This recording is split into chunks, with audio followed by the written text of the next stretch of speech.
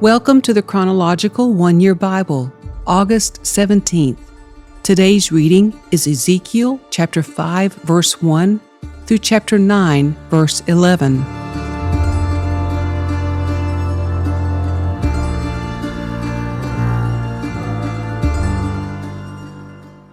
Son of man, take a sharp sword and use it as a razor to shave your head and beard. Use a scale to weigh the hair into 3 equal parts. Place a third of it at the center of your map of Jerusalem. After acting out the siege, burn it there. Scatter another third across your map and chop it with a sword. Scatter the last third to the wind, for I will scatter my people with the sword. Keep just a bit of the hair and tie it up in your robe. Then take some of these hairs out and throw them into the fire, burning them up. A fire will then spread from this remnant and destroy all of Israel. This is what the Sovereign Lord says. This is an illustration of what will happen to Jerusalem. I placed her at the center of the nations, but she has rebelled against my regulations and decrees and has been even more wicked than the surrounding nations. She has refused to obey the regulations and decrees I gave her to follow. Therefore, this is what the Sovereign Lord says. You people have behaved worse than your neighbors and have refused to obey my decrees and regulations. You have not even lived up to the standards of the nations around you. Therefore, I myself, the Sovereign Lord, am now your enemy. I will punish you publicly while all the nations watch. Because of your detestable idols, I will punish you like I have never punished anyone before or ever will again. Parents will eat their own children, and children will eat their parents. I will punish you and scatter to the winds the few who survive. As surely as I live, says the Sovereign Lord, I will cut you off completely. I will show you no pity at all because you have defiled my temple with your vile images and detestable sins. A third of your people will die in the city from disease and famine. A third of them will be slaughtered by the enemy outside the city walls. And I will scatter a third to the winds, chasing them with my sword. Then at last my anger will be spent, and I will be satisfied. And when my fury against them has subsided, all Israel will know that I, the Lord, have spoken to them in my jealous anger. So I will turn you into a ruin, a mockery in the eyes of the surrounding nations and to all who pass by. You will become an object of mockery and taunting and horror. You will be a warning to all the nations around you. They will see what happens when the Lord punishes a nation in anger and rebukes it, says the Lord. I will shower you with the deadly arrows of famine to destroy you. The famine will become more and more severe until every crumb of food is gone. And along with the famine, wild animals will attack you and rob you of your children. Disease and war will stalk your land. And I will bring the sword of the enemy against you. I, the Lord, have spoken.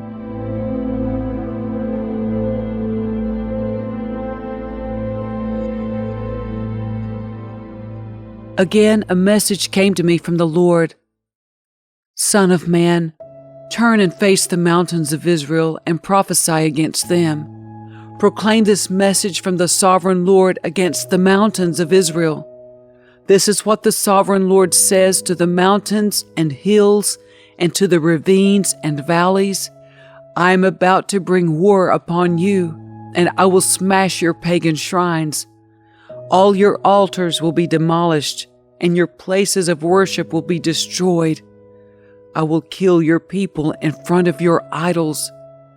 I will lay your corpses in front of your idols and scatter your bones around your altars. Wherever you live, there will be desolation, and I will destroy your pagan shrines. Your altars will be demolished. Your idols will be smashed. Your places of worship will be torn down, and all the religious objects you have made will be destroyed.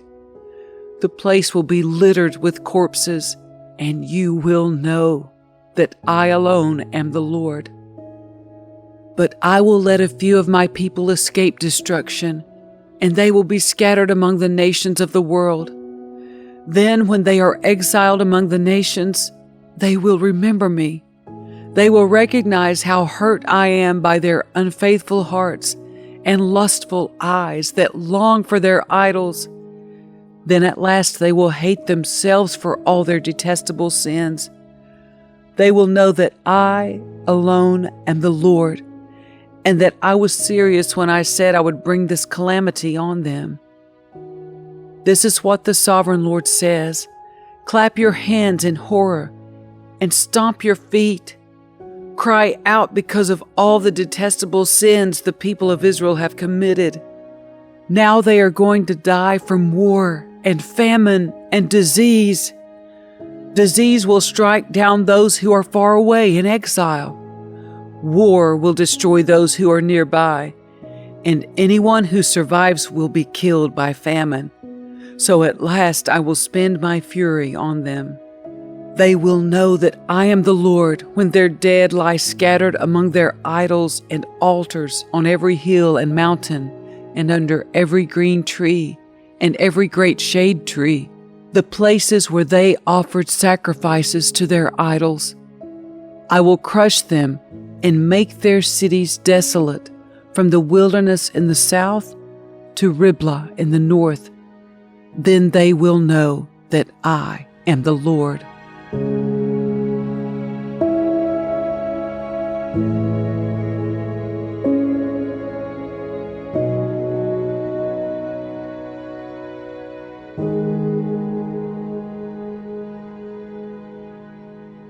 Then this message came to me from the Lord.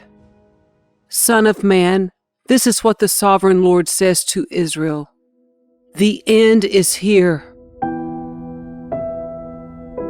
Wherever you look, east, west, north, or south, your land is finished.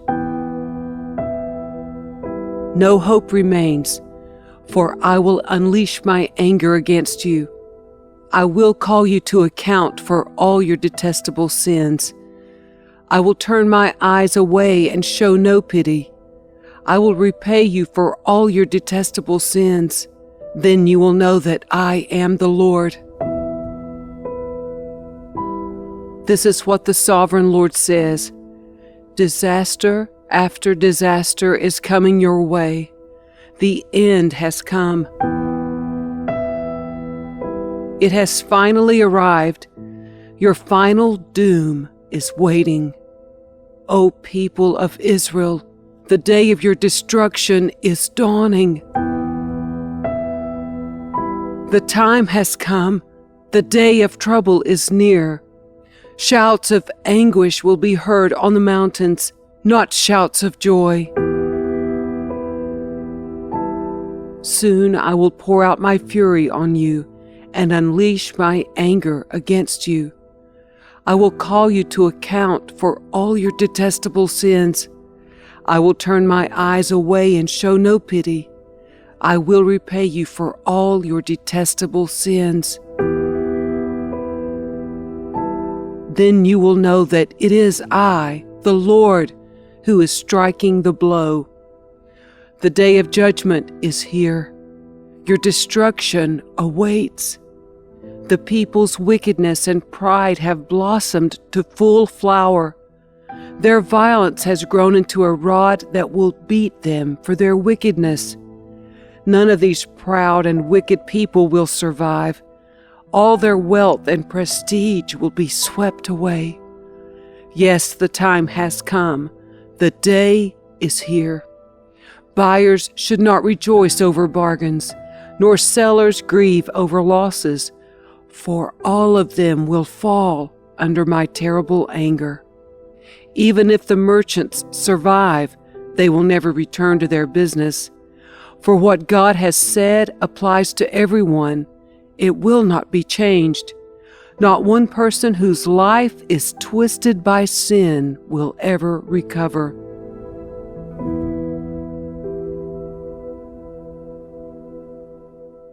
The trumpet calls Israel's army to mobilize, but no one listens, for my fury is against them all.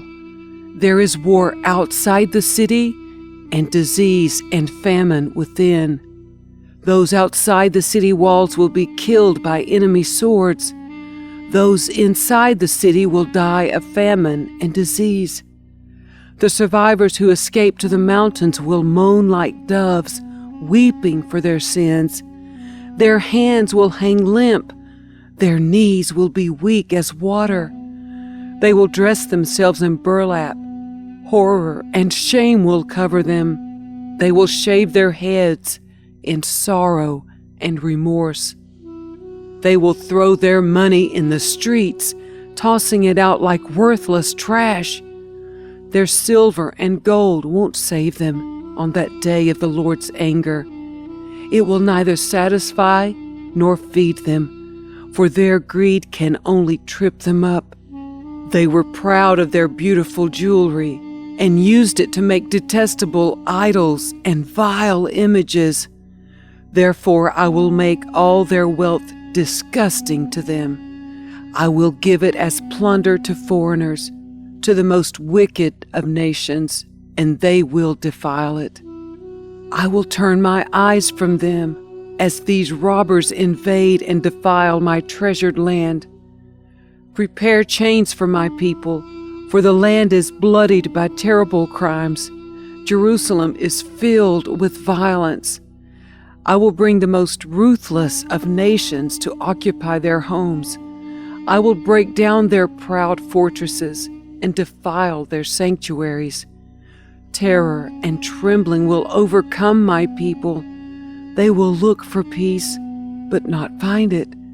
Calamity will follow calamity. Rumor will follow rumor.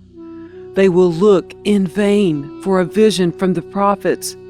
They will receive no teaching from the priests and no counsel from the leaders. The king and the prince will stand helpless, weeping in despair, and the people's hands will tremble with fear.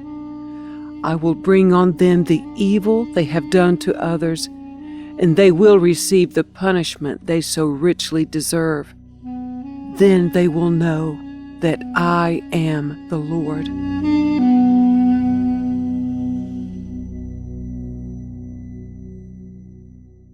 Then on September 17, during the 6th year of King Jehoiachin's captivity, while the leaders of Judah were in my home, the sovereign Lord took hold of me.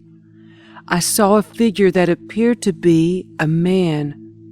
From what appeared to be his waist down, he looked like a burning flame. From the waist up, he looked like gleaming amber.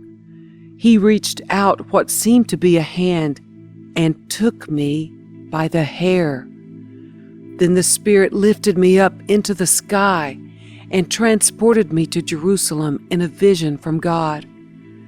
I was taken to the north gate of the inner courtyard of the temple, where there is a large idol that has made the Lord very jealous.